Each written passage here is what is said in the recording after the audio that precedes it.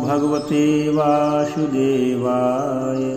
भक्तजनों, अब मैं आपको श्रीमद्भागवत तृतीय स्कंध द्वितीय अध्याय का श्रवण कराने चल रहा हूँ। उद्धव जी द्वारा भगवान की बाल लीलाओं का वर्णन। आप लोग सावधान होकर सुने। श्री शुक उवाच इति भागवतः पृष्टः छत्रावार्तां प्रियाश्रयां प्रतिवक्तुं न च उत्सेह औत्कण्ठ्या स्मारितेश्वरः यः पञ्चहायनो मात्रा प्रातराशाय याचितः तन्नेच्छद्रचयन यस्य सपर्यां बाललीलया। श्री सुखदेव जी कहते हैं, जब विदुर ने परम भक्त उद्धव से इस प्रकार उनके प्रियतम श्री कृष्ण से संबंध रखने वाली बातें पूछी, तब उन्हें अपने स्वामी का स्मरण हो आया और वे हृदय भर आने के कारण कुछ भी उत्तर न दे सके। जब ये 5 वर्ष के थे, तब बालकों की तरह खेल में ही श्री कृष्ण की मूर्ति बनाकर उनकी सेवा पूजा में ऐसे तन्मय हो जाते थे कि कलेवे के लिए माता के बुलाने पर भी उसे छोड़कर नहीं जाना चाहते थे। श कथं सेवया तस्य कालेन जर्षं गतः पृष्टो वार्तां प्रतिब्रूयाद भर्तुः पादावनुस्मरन्। श मुहूर्तं भूतो श्रीं कृष्णां विशुधया भृशं तीव्रेण भक्तियोगेन निमग्नः साधु निर्वितः। अब तो दीर्घ काल से उन्हीं की सेवा में रहते रहते ये बूढ़े हो चले थे। अतः विदुर जी के पूछने से उन्हें अपने प्यारे प्रभु के चरण कमलों का स्मरण हो आया। उनका चित्त विरह से व्याकुल हो गया। फिर वे कैसे उत्तर दे सकते थे। उद्धव जी श्री कृष्ण के चरणार बिंद मकरंद सुधा से सराबोर होकर 2 घड़ी तक कुछ भी नहीं बोल सके। तीव्र भक्ति योग से उसमें डूबकर वे आनंद मग्न हो गए। उनके सारे शरीर में रोमांच हुआ तथा मुदे हुए नेत्र से प्रेम के आंसुओं की धारा बहने लगी।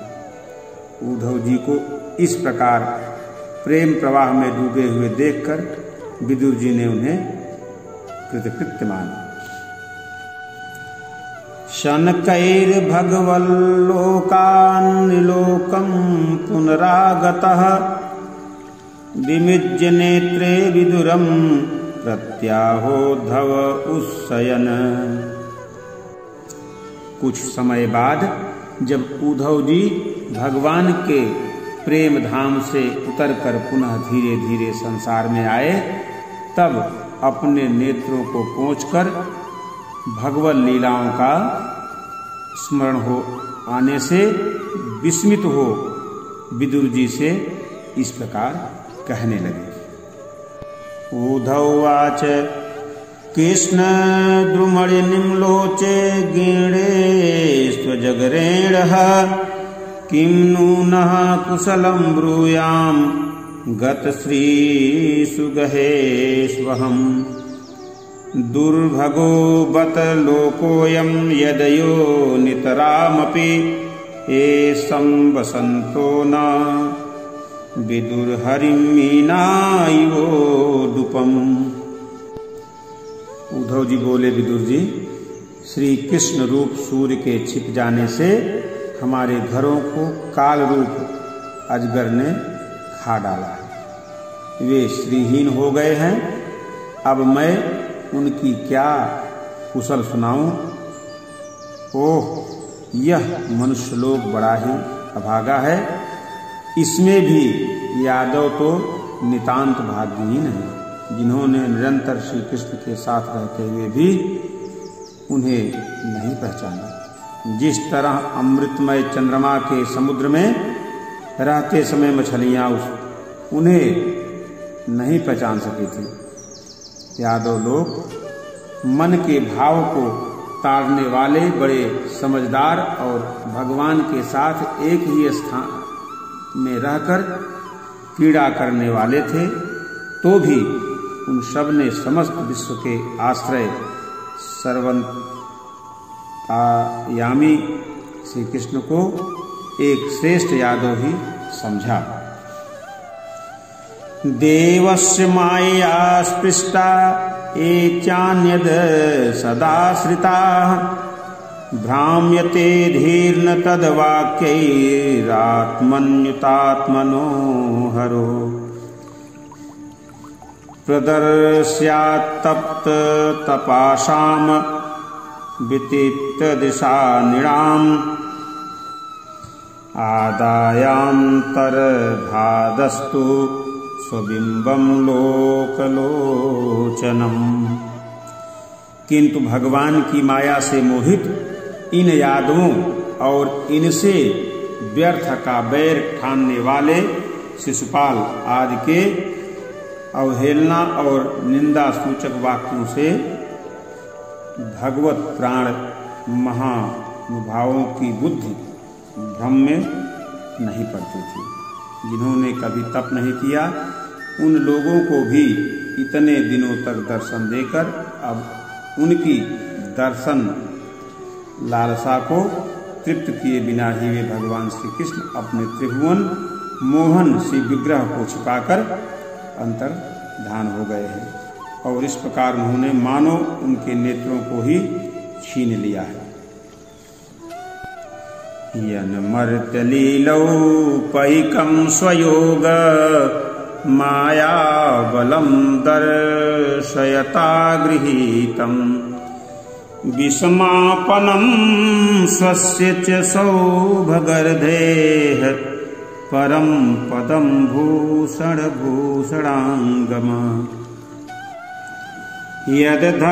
यद्धर्मशूनोर्वत राजसूये निरीक्ष दिक्स्वर्स्त्वयनं त्रिलोकः कात्यार्येण चादेहगतं विधातुर्वाकृषितौ कौशलमित्मयन्त। भगवान ने अपनी योग माया का प्रभाव दिखाने के लिए मानव लीलाओं के योग्य जो दिव्य श्री विग्रह प्रकट किया था, वह इतना सुंदर था कि उसे देखकर सारा जगत तो मोहित ही हो जाता था, वे स्वयं भी विस्मित हो जाते थे। सौभाग्य और सुंदरता की पराकाष्ठा थी उस रूप में, उससे आभूषण अंगों के गहने भी विभूषित हो जाते थे। धर्मराज युधिष्ठिर के राजसूय यज्ञ में जब भगवान के उस नयनाभिराम रूप पर लोगों की दृष्टि पड़ी थी, तब त्रिलोकी ने यही माना था कि मानव सृष्टि की रचना में विधाता की जितनी चतुराई है सब इसी रूप में पूरी हो गई है। यस्यानुराग प्लुतहास रास लीलावलोक प्रतिलब्धमानाः ब्रजस्त्रियो दृगभिरनुप्रवृत्त धियो वतस्थुः किल कृष्यशेषाः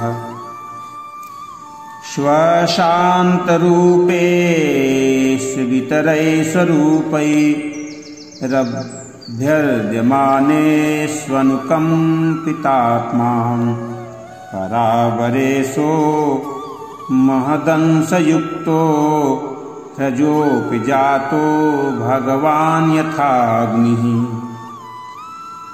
उनके प्रेम पूर्ण हास्य, विनोद और लीलामय चितवन से सम्मानित होने पर ब्रज बालाओं की आंखें उन्हीं की ओर लग जाती थी और उनका चित्त भी ऐसा तल्लीन हो जाता था कि वे घर के काम धंधों को अधूरा ही छोड़कर जड़ पुतलियों की तरह खड़ी रह जाती थी। चराचर जगत और प्रकृति के स्वामी भगवान ने जब अपने शांत रूप महात्माओं को अपने ही घोर रूप असुरों से सताए जाते देखा, तब वे करुणाभास से द्रवित हो गए और अजन्मा होने पर भी अपने अंश बलराम जी के साथ काष्ठ में अग्नि के समान प्रकट हुए। अजन्मा होकर भी वसुदेव जी के यहाँ जन्म लेने की लीला करना, सबको अभय देने वाले होने पर भी मानो कंस के भय से ब्रज में जाकर छिप रहना और अनंत पराक्रमी होने पर भी काल यवन के सामने मथुरापुरी को छोड़कर भाग जाना।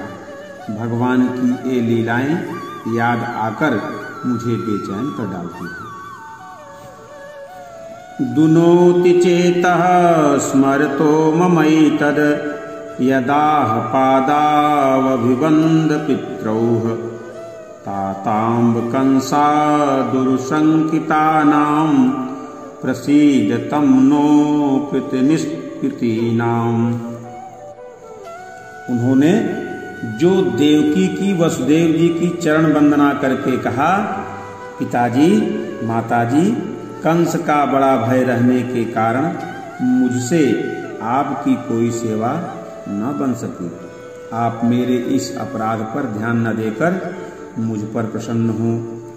श्री कृष्ण की ये बातें जब याद आती हैं, तब आज भी मेरे चित्त अत्यंत व्यथित हो जाता है। को वा अमुष्यांघ्रि सरोजरेणुं विस्मर्तुमीशीत पुमान् विजिघ्रन् यो विस्फुरद भ्रूविटपेन भूमेर् भारं कृतान्तेन तिरश्चकार। दृष्टा भवर्दिभर्ननु राजसूये चैतस्य कृष्णं द्विजतोऽपि सिद्धिः। याम योगिनः संस्पृहयन्ति सम्यग् योगेन कस्तद् विरहं सहेत। जिन्होंने काल रूप अपने भ्रुकुटी विलास से ही पृथ्वी का सारा भार उतार दिया था, उन श्री कृष्ण के पाद पद्म पराग का सेवन करने वाला ऐसा कौन पुरुष जो उसे भूल सके। आप लोगों ने राजसूय यज्ञ में प्रत्यक्ष ही देखा था कि श्री कृष्ण से द्वेष करने वाले शिशुपाल को वह सिद्धि मिल गई जिसकी बड़े बड़े योगी भली भांति योग साधना करके स्पृहा करते रहते हैं। उनका विरह भला कौन सह सकता है। शिशुपाल के ही समान महाभारत युद्ध में जिन दूसरे योद्धाओं ने अपनी आंखों से भगवान श्री कृष्ण के नयनाभिराम मुख कमल का मकरंद पान करते हुए अर्जुन के बाणों से बिंध कर प्राण त्याग किया, वे पवित्र होकर सब के सब भगवान के परम धाम को प्राप्त हो गए। स्वयं त्वसाम्यातिशयस्त्रधीशः स्वराज्यलक्ष्म्याप्तसमस्तकामः बलिं हरद्दितचितलोकपालैः किरीटकोट्येदितपादपीठः। स्वयं भगवान श्री कृष्ण तीनों लोकों के अधीश्वर हैं, उनके समान भी कोई नहीं है। उनसे बढ़कर तो कौन होगा। वे अपने स्वतः सिद्ध ऐश्वर्य से ही सर्वदा पूर्ण काम हैं।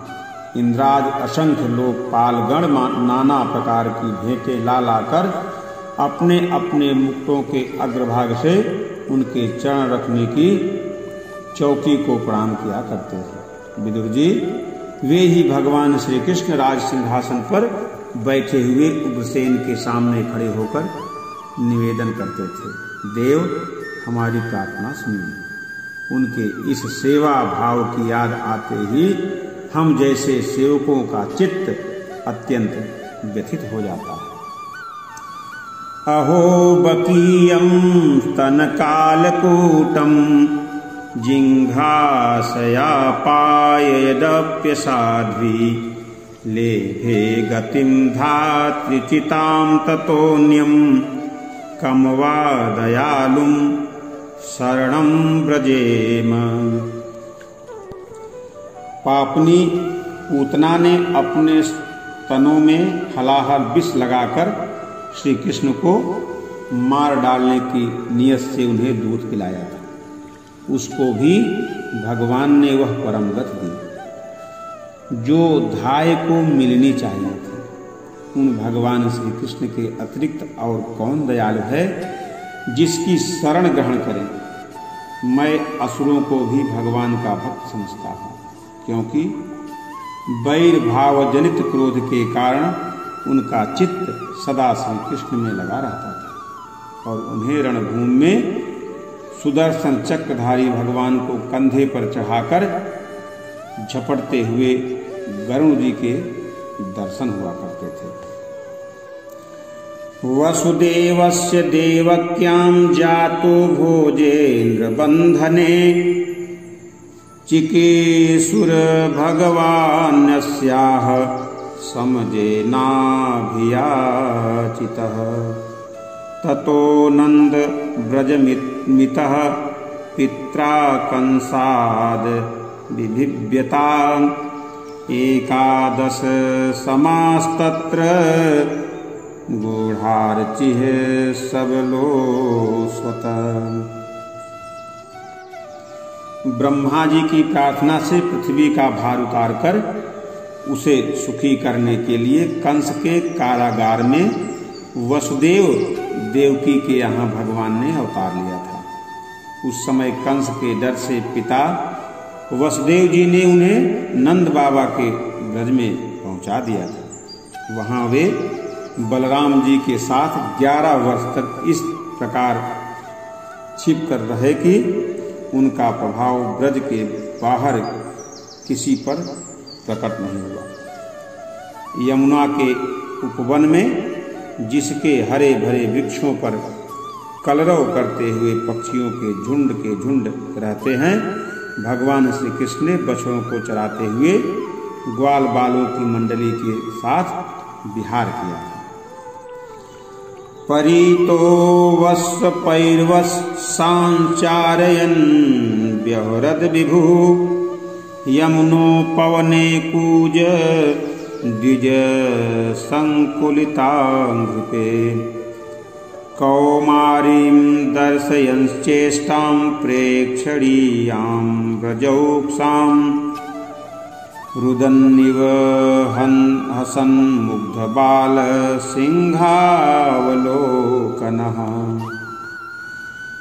यमुना के उपवन में जिसके हरे भरे वृक्षों पर कलरव करते हुए पक्षियों के झुंड रहते हैं, भगवान श्री कृष्ण ने बछड़ों को चराते हुए ग्वाल बालों की मंडली के साथ विहार किया था।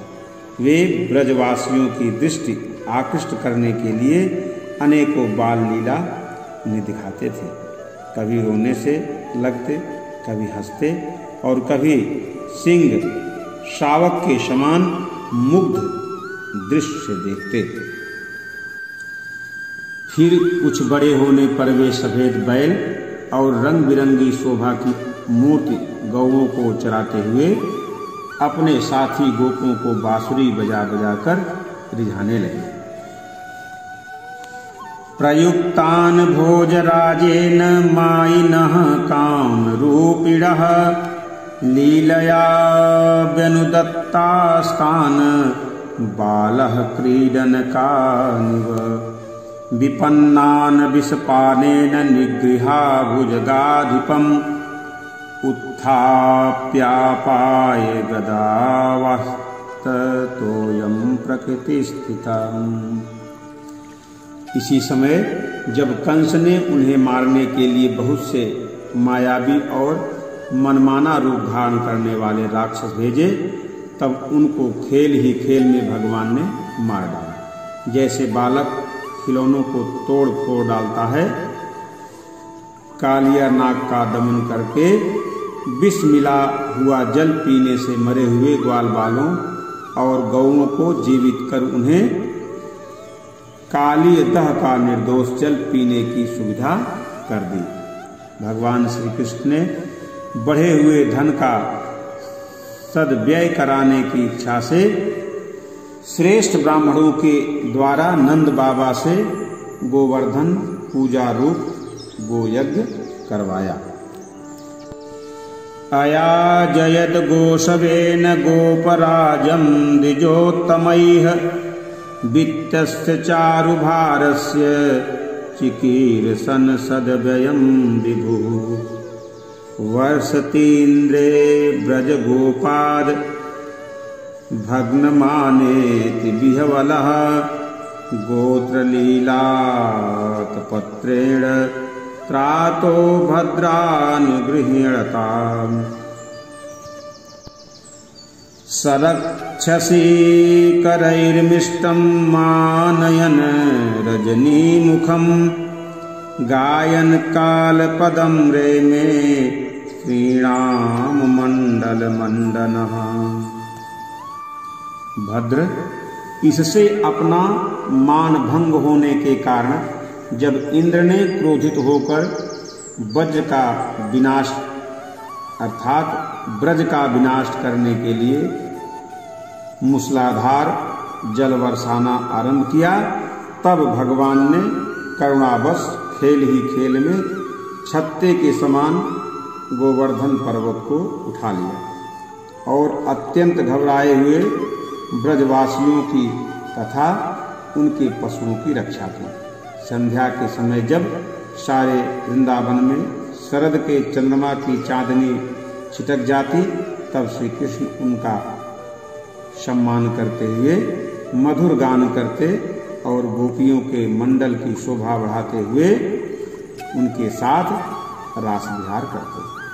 ओम श्रीमद्भागवते महापुराणे पारमहंस्यायां सहितायां तृतीय स्कंधे विदुरोद्धव संवादे द्वितीयोऽध्यायः।